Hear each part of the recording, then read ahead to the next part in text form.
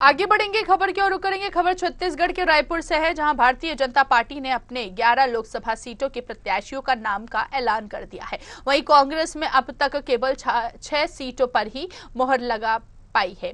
बाकी की 5 सीटों और छत्तीसगढ़ के विभिन्न मुद्दों को लेकर पूर्व पीसीसी चीफ मोहन मरकाम से खास बातचीत की गई है। आइए आपको भी सुनवाते हैं क्या कुछ कहा उन्होंने। और देश में किसी भी समय आचार संहिता प्रभावशील हो सकती है। छत्तीसगढ़ में भारतीय जनता पार्टी ने अपनी सभी 11 लोकसभा सीटों के लिए उम्मीदवारों की घोषणा कर दी है। कांग्रेस पार्टी ने भी 6 उम्मीदवारों की घोषणा कर दी है, लेकिन 5 सीटों पर अभी उम्मीदवार का ऐलान किया जाना शेष है। हमारे साथ कांग्रेस पार्टी के पूर्व पीसीसी चीफ मौजूद है मोहन मरकाम जी, उनसे बातचीत करते हैं, जो कि खुद भी एक सीट से कांकेर से दावेदार हैं। हमारे साथ मौजूद हैं, बातचीत करते हैं। क्या माना जाए, क्यों लेट हो रही है सीट? देखिए, हाईकमान इन सीटों पर मंथन कर रही है। यहाँ से भी फीडबैक मिला है। 6 सीटों का डिक्लेयर हो गया और 5 सीटों का आज या कल में डिक्लेयर हो जाएगा। हमें लगता है कि छत्तीसगढ़ के जो 11 सीटें हैं, 11 सीटों में हम दमदारी के साथ चुनाव लड़ेंगे और कोशिश करेंगे ज़्यादा से ज़्यादा सीट हम छत्तीसगढ़ से जीतें, क्योंकि केंद्र में बैठी भारतीय जनता पार्टी की मोदी जी की सरकार 2014 में बड़े बड़े वादे करके आई थी। 2 करोड़ युवाओं को हर साल रोजगार देने की बात थी। आज देखिए 10 सालों में 20 करोड़ युवाओं को रोजगार मिलना था, नहीं मिला। आज बेरोजगारी दर देश में सबसे ज़्यादा है।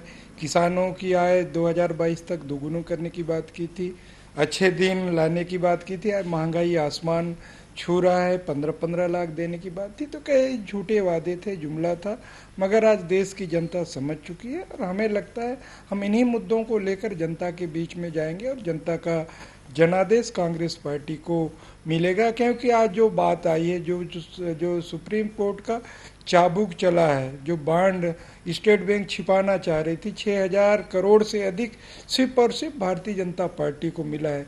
कांग्रेस पार्टी देश की सबसे पुरानी पार्टी है, मगर तीसरे नंबर पर है। इसका मतलब साफ जाहिर होता है भारतीय जनता पार्टी ने बहुत बड़ा घोटाला किया। जो काले धन लाने की बात थी, देश की आम जनता गरीब का जो धन निकालकर बैंकों से उस पैसे को भी लूटने का काम किया है। बहुत से मुद्दे हैं, उन मुद्दों को लेकर हम जनता के आपको लगता है कि जनता जो है आपकी इन तमाम बातों पर भरोसा करेगी? क्योंकि अभी माहौल तो मोदी मोदी है, माहौल तो राम मंदिर है। देखिए, राम मंदिर आस्था का है। हर व्यक्ति चाहता है कि आस्था के कारण पूजा करता है। उसको राजनीतिक और धार्मिक, आस्था और राजनीतिक दोनों को अलग अलग नज़रिए से देखना चाहिए, मेरा व्यक्तिगत मानना है। मोदी जी झूठ बोलकर जनता के, देश की जनता को गुमराह करने का प्रयास किया है। ज़्यादा दिनों तक चलने वाला नहीं है। ये अंतिम चुनाव होगा मोदी जी के लिए। देश की जनता अब समझ चुकी है। 6000 करोड़ रुपया आप जनता का पैसा कंपनियों से आपने धमकी चमकी लेके लिया है, तो स्वाभाविक है आज देश की जनता भी देख चुकी है और न्यायपालिका में देश की जनता विश्वास करेगी और देश की जनता जब वोट करने जाएगी तो भारतीय जनता पार्टी की विरोध करेगी। लेकिन वो बॉन्ड तो आप ही लोग लाए थे, आप ही की सरकार लाई थी। वो तो बॉन्ड 2017 में आया था और 2019 तक का हिसाब एसबीआई दे रही है, जबकि 2017 से 2019 के बीच में जो बड़े लोग हैं उनका भारतीय एसबीआई उसको छिपाने का प्रयास किया।